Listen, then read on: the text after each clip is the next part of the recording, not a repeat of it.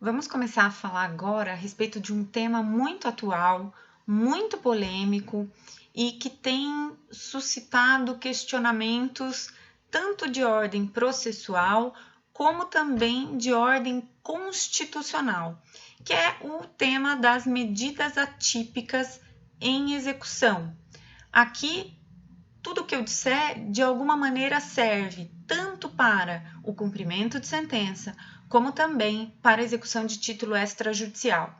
De novo, o nosso enfoque é raciocinar essa temática no processo de execução de título extrajudicial, mas vocês podem aplicar esse raciocínio perfeitamente ao cumprimento de sentença também, ok? O que são essas medidas atípicas? Por que falar delas? Ou em que aspectos, sob quais aspectos devemos conversar a respeito desse assunto? Vamos lá. Para essa primeira pergunta que eu fiz, né, o que são as medidas atípicas, nós precisamos lembrar que o Código de Processo Civil sempre adotou para as execuções, né, para as diversas modalidades aí de execução, tanto as medidas executivas diretas como as medidas executivas indiretas. Para quem não se lembra, medidas executivas diretas incidem forçadamente sobre o patrimônio do devedor. Penhora, por exemplo, a medida mais típica aí, direta, né? Ela faz uma constrição no acervo patrimonial do devedor e transfere esse patrimônio ao credor, né, para a satisfação da obrigação executada. Por outro lado, as medidas executivas indiretas são aquelas que atuam no psicológico, na vontade do executado em cumprir a obrigação, ou seja, tratam-se de medidas coercitivas do devedor, ok? Então, por exemplo, multa,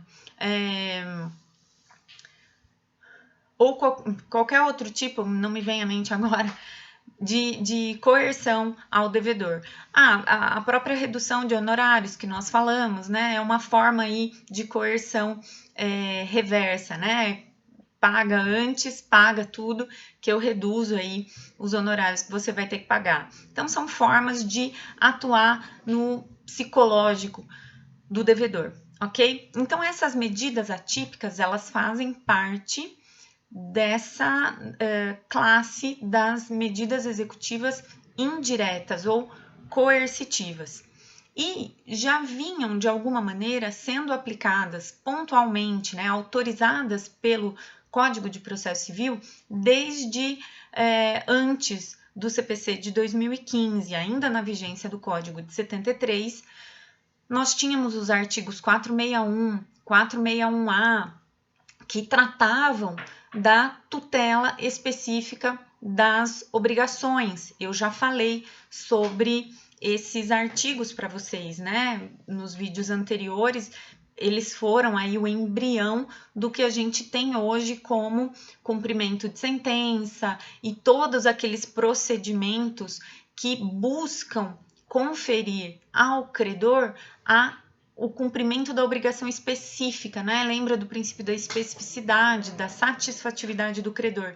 Ele tem direito de receber tudo quanto lhe é devido e exatamente como lhe é devido, ok? Então, o Código de 73 já admitia, passou a admitir em reformas pontuais que ele sofreu, a possibilidade de que o juiz se valesse de medidas coercitivas. Primeiro, para cumprimento da obrigação de fazer e não fazer, depois para a obrigação de dar coisa certa e depois, com a chegada do cumprimento de sentença, isso veio também para as obrigações de pagar, que se manifesta ali naqueles 10% que são acrescidos à dívida principal, caso o devedor não pague no momento adequado. Joia? Então, nessa introdução aqui, o que eu gostaria que ficasse claro para vocês é que as medidas atípicas são medidas executivas indiretas ou coercitivas, né, atuam no psicológico do devedor, incentivando ao cumprimento da obrigação. E ainda, elas vêm de um histórico evolutivo no processo civil. Então, mesmo na vigência do Código de 73, elas já poderiam ser adotadas pontualmente em situações específicas trazidas pelo Código, e agora, no Código de 2015, o artigo 139, guardem esse artigo, 139, estendeu essa possibilidade para qualquer decisão. E eu gostaria muito de ler com vocês o artigo 139 do Código de Processo Civil. Vamos lá, acompanhe aí comigo. O 139, ele está ali no capítulo que trata dos poderes, dos deveres e da responsabilidade do juiz. E ele vai dizer assim: o juiz dirigirá o processo conforme as disposições deste código, incumbindo-lhe. Vamos lá para o inciso 4, que é o que nos interessa. Diz assim, incumbindo-lhe, né? Determinar todas as medidas indutivas, coercitivas, mandamentais ou subrogatórias necessárias para assegurar o cumprimento de ordem judicial, inclusive nas ações que tenham por objeto prestação pecuniária. Pois bem, então as medidas atípicas ou o uso das medidas atípicas está legislativamente previsto no artigo 139, inciso 4 do CPC. E percebam que trata-se de um dever do juiz conduzir o processo e incumbindo-lhe determinar todas as medidas indutivas, coercitivas, subrogatórias que sejam necessárias naquele caso concreto para o cumprimento ou para assegurar o cumprimento de uma ordem judicial, inclusive em ações que tratam de prestações pecuniárias. Essas características, pessoal, que muitas vezes passam despercebidas numa leitura rápida do artigo, são cruciais e extremamente abrangentes. Porque quando eu falo em ordem judicial, eu não estou limitando a uma decisão específica, a uma decisão de determinada natureza, sentença ou decisão interlocutória. Não, é uma ordem judicial, de modo então abrangente, quando há determinação para que se faça algo, para que se entregue algo. Além disso, o Código diz também, ressalva expressamente, que essa possibilidade existe inclusive para ações que tratem de prestações pecuniárias. E aí eu chamo a atenção de vocês para a importância desse artigo, por exemplo, em ações de alimentos, né? Que são prestações pecuniárias sucessivas, que tem uma importância grande no nosso ordenamento e que a gente sabe que nas execuções, né, olhando aí para as execuções, há um déficit de efetividade grande também. Quantas vezes a gente não consegue o adimplemento de uma execução de alimentos se não for pela prisão, né? A prisão civil é uma medida coercitiva do devedor, só que ela não é atípica, ela é típica. Por quê? Porque ela está prevista em específico no código, né? Então, naquela situação de dívida de alimentos, é possível a prisão civil do devedor. Então, é uma medida indireta, uma medida coercitiva típica, prevista especificamente pelo legislador. Quando o 139 fala em medidas atípicas, justamente ele está trazendo aí um campo mais aberto para o juiz, porque medidas atípicas são aquelas que não estão desenhadas, fechadas pelo legislador. Caberá ao juiz determinar a medida coercitiva, indutiva, ou seja, a medida executiva indireta que seja mais adequada para forçar o devedor ao pagamento. Percebe? São aspectos muito importantes que precisam ser considerados e que têm tornado essa norma do artigo 139, inciso 4, alvo de muitas discussões, certo? Para a gente estabelecer aqui alguns aspectos de discussão, eu quero falar então em relação ao modo como elas têm sido aplicadas na jurisprudência. Eu vou tentar trazer aqui posicionamentos do Tribunal de Justiça do Paraná, porque trata do nosso tribunal, útil aí para a nossa advocacia diária. Também do STJ, então eu quero tratar do modo como isso tem sido aplicado, do mecanismo adequado para recurso sobre uma decisão que trate desse tema, né? Então quero tratar do aspecto recursal também, e depois do aspecto das discussões que o assunto tem suscitado. Para a gente começar aqui a aproveitar mais um tempinho aí desse vídeo, deixa eu ver quanto que a gente já está aqui. Dá para ir mais um pouquinho. Então, vamos lá. Nas execuções comuns, nas execuções civis aí, como é que tem sido vista a aplicação do artigo 139? Trouxe uma decisão aqui do Tribunal do Paraná, de 2018, que elucida para a gente como essas medidas podem ou devem ser encaradas pelo juiz. Vamos lá, vou ler aqui um pedacinho para vocês, só para a gente pegar o gancho de uma reflexão aqui. Agravo de instrumento, execução de título extrajudicial, decisão agravada de indeferimento da aplicação de medidas coercitivas contra a agravada. Pedido de suspensão do CPF, CNH, passaporte e bloqueio do cartão de crédito da executada. Fundamento no artigo 139.4 do CPC, dispositivo que deve ser aplicado com cautela. Não cabimento das medidas restritivas. Observância dos princípios da legalidade, razoabilidade e proporcionalidade.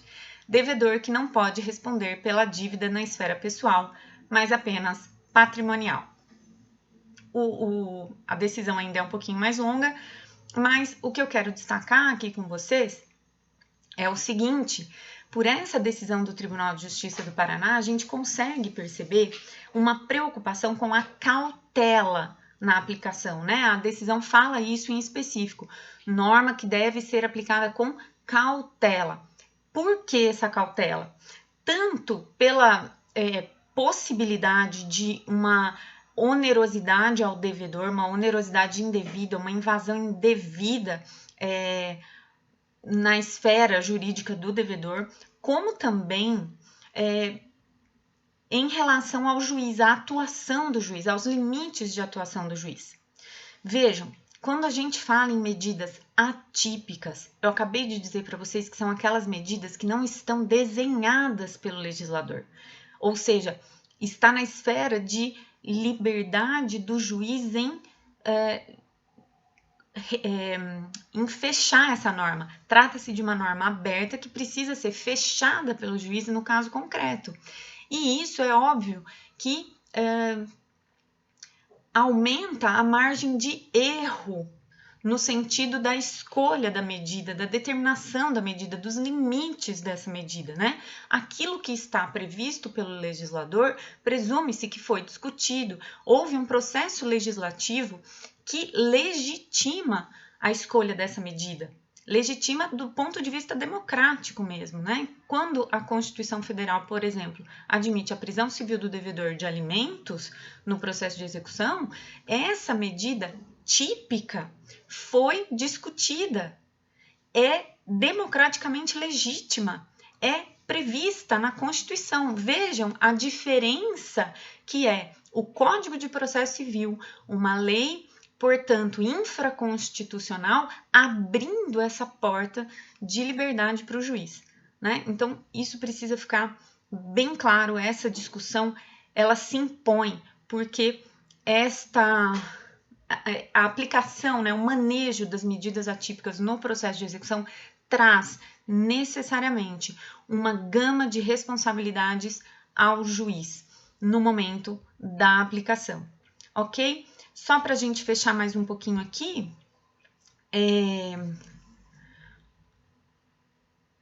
uma outra decisão importante aconteceu no âmbito do STJ, agora no final de 2019, outubro de 2019, no sentido de afastar a aplicabilidade dessas medidas atípicas no processo de execução fiscal, tá? Então, vamos lá, pessoal. Nos processos de execução civil, a tônica é: posso aplicar essas medidas com cautela. E daqui a pouco a gente vai falar o que é essa cautela, quais são esses critérios para aplicação das medidas atípicas. Porém, o STJ, no final do ano passado, estabeleceu que as medidas atípicas não devem ser aplicadas no executivo fiscal. E aí, de novo, né? Vamos lembrar, a gente está prestigiando aqui o poder público. Execução fiscal é cobrança de tributo, né?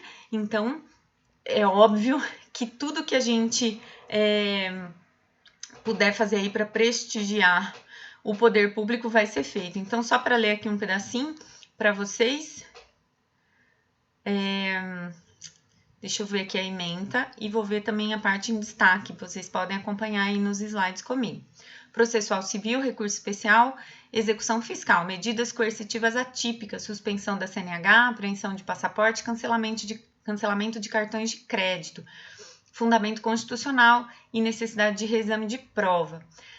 Aí, o tribunal entende da seguinte forma: a fundamentação de natureza constitucional do acórdão não pode ser deslindada nesta via e a pretensão que visa convencer de que as medidas coercitivas requeridas serão úteis ao final colimado na execução esbarra no óbice da necessidade de reexame do conjunto probatório dos autos. Então, o STJ já está dizendo, não vou analisar, mas ainda assim ele estabelece que não fosse o bastante, em se tratando especificamente de execução fiscal, esta Corte de Justiça já teve a oportunidade de se posicionar no sentido de que as medidas atípicas aflitivas pessoais não se firmam placidamente no executivo fiscal. A aplicação delas, nesse contexto, resulta em excessos, tá? Então, aqui o STJ deixa claro que, ainda que ele não tenha analisado, né, o recurso especial por conta aí da súmula 7, né, reexame de fatos e provas, que o STJ não admite, ele refere no sentido de que no executivo fiscal essas medidas atípicas não devem ser usadas. Ok? Vamos para um próximo vídeo para a gente analisar agora questões específicas dos critérios para a aplicação das medidas atípicas.